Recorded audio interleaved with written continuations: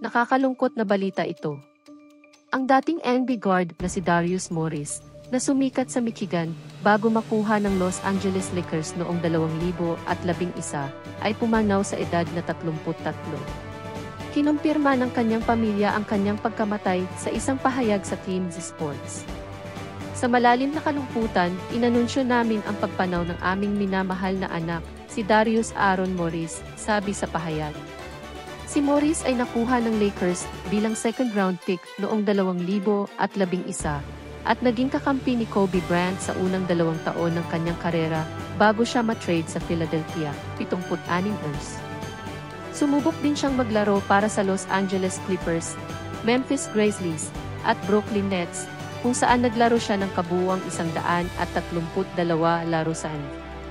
Pagkatapos ng kanyang 4 na taon sa NBA, naglaro si Morris para sa mga kupunan sa France, China, Russia, at NBA League. Ang huling pagkakataon na naglaro siya ng professional na basketball ay noong 2020. Nag-post ang Lakers ng pagpupugay sa kanilang dating manlalaro noong linggo.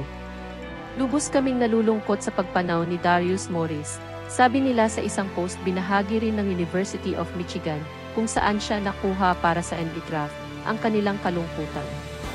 Ang komunidad ng Michigan basketball ay nagdadalamhati sa pagpanaw ni Darius Morris, ayon sa kanilang pahayag.